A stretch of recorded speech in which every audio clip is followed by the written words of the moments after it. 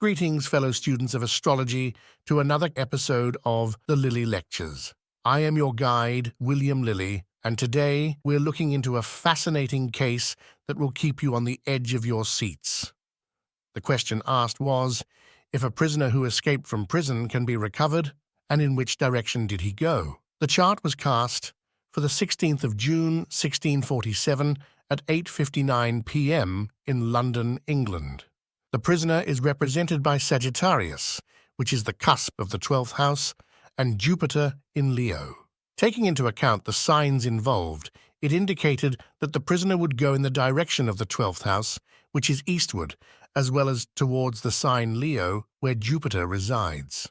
These factors unanimously pointed to an eastward direction for the prisoner's intended path, and indeed, that is where he went. Considering the position of the moon in relation to the quarter of the heavens and the sign it is in, it indicated that the prisoner had not yet left the town but was still in proximity to it, specifically towards the east from the prison he had escaped. With Jupiter placed in the 8th house, I deduced that he would lay low and remain hidden for a while, likely for a night, before continuing his journey. This assumption proved to be true. With confidence, I affirmed that the prisoner would be recaptured, most likely by someone of authority. This conclusion was based on the fact that the moon had separated from a trine aspect with Jupiter, the significator of the prisoner, and was applying to an opposition with the sun, both of which were in angular houses. It is an established principle that if either the moon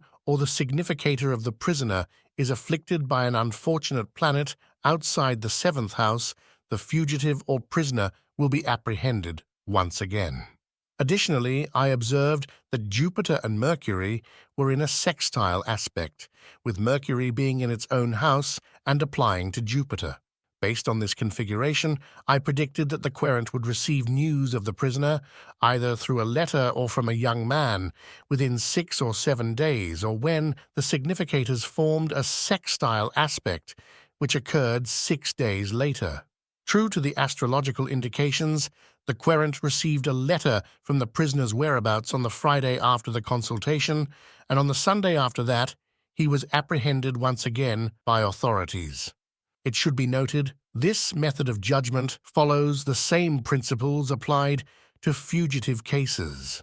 And there you have it, a remarkable tale where a meticulous astrological judgment came together to reveal the course of a fugitive's journey and his ultimate capture. Until next time, may the stars shine brightly in your favor. I am William Lilly, and this is Christian Astrology.